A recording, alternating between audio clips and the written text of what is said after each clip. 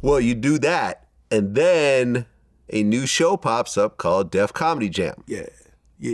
Which was, I would say, the biggest phenomenon source of black comedic talent of all time. Of all time. No, let's just call it what it is. Let's call it what it is. Yeah.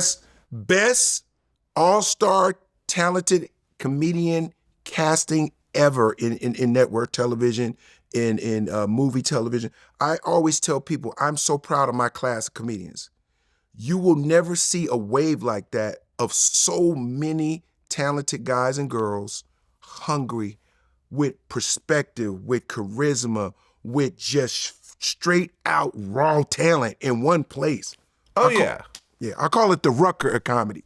I mean, you, Bernie Mac, Dave Chappelle, Damon Wayans, Jamie Foxx, Mike Epps, Chris Tucker. Come on, man. I remember the Chris Tucker was like, "I'm coming, mama." Like, I'm coming, mama.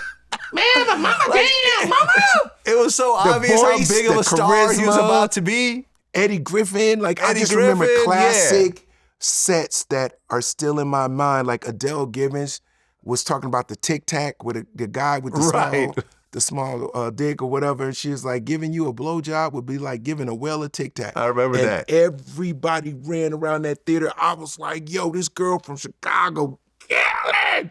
I remember all those moments of people just rocking.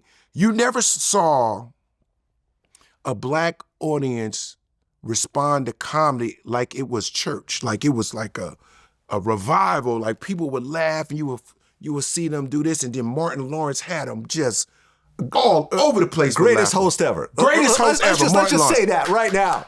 Martin Lawrence is the greatest comedy host ever on Def Comedy Jam. When he did that, ever. I've never seen anything like it since then. Ever. Yes. When you did that, was that a totally life-changing experience? Game changer. That was my blast off. That was the one that separated the men from the boys for me in my career. Was when I did Def Comedy Jam, it made me a star overnight. They didn't know my name. People would say, yo, man, you my man, Ralph Bellamy, you Walt Bellamy, you Bell Biv DeVoe. They knew it was a bell. They couldn't figure out what it was, right? But they knew the joke.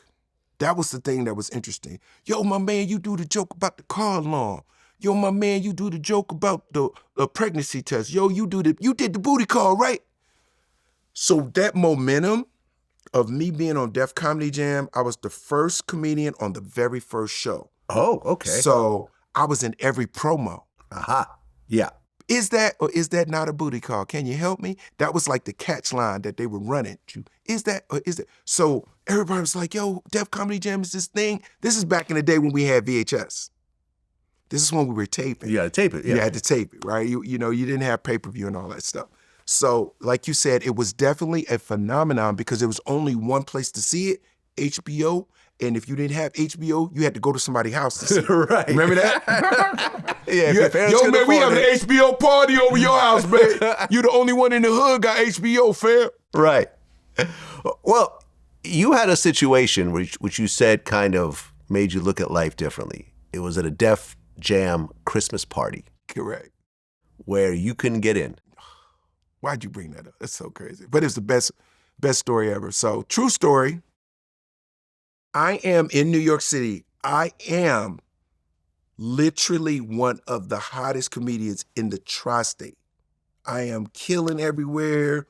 I'm starting to buzz a little bit. I'm not famous. I'm kind of like tri-state famous. Like I'm not like, my album ain't out yet kind of Local famous. Local famous, cool. Yeah. So in New York, this is probably 92, 91. The Def Jam Christmas party was epic, bro. It's like going to the Grammys in New York. You had to be on the list. You had to be there. Every star who was somebody in New York was at the Def Jam Christmas party. Yeah. It was going to be Spike Lee. It was going to be Wesley Snipes. Jay-Z. It was going to be Jay. LL Cool J. Mary J. Blige. Let me tell you this true story. This is crazy. So my boys, they with me. I got about 4 of my dudes with me from Jersey. We in the line, and they like, yo, B, man, yo, can you get us in? I said, I got you, dog. Don't even trip. I'm good. It's cold as hell. I am literally at the door. big homie there. You know the dude with the black coat and the black little earmuffs and shit. Big dudes, big black dudes. Like, yo, my man, we had capacity.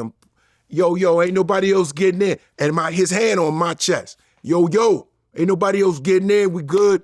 We ain't got no more people. We had capacity. 5 people in here. Yo, no. Everybody like, boo. Hey, man, it is what it is. You know, next year is next year.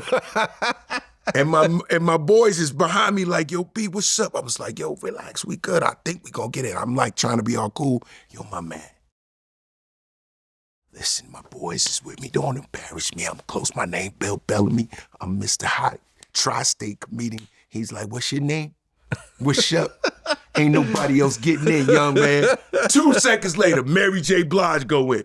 LL Cool J go in. Jay go in. This is young Jay go in the party. Right. After they told you it's at capacity. At capacity. I'm watching them. I was like, yo, my man, I thought you said. He was like, listen, man, they good. But not. Oh, shit. I know that cut deep. That cut me in half, B. And I had to walk back in the cold with my friends from Jersey. They was like, B, I thought you was the man. I was like, not tonight. That cut.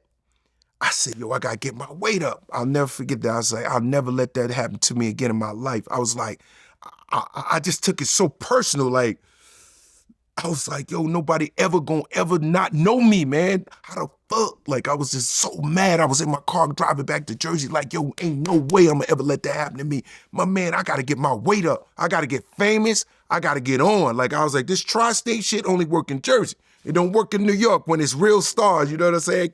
Cats was blowing up. You see Big Daddy Kane, like, yo, oh shit. Like, yo, these are the cats that I was seeing in videos and cats that I was listening to on the radio. They're stars already. I'm just like on the cusp.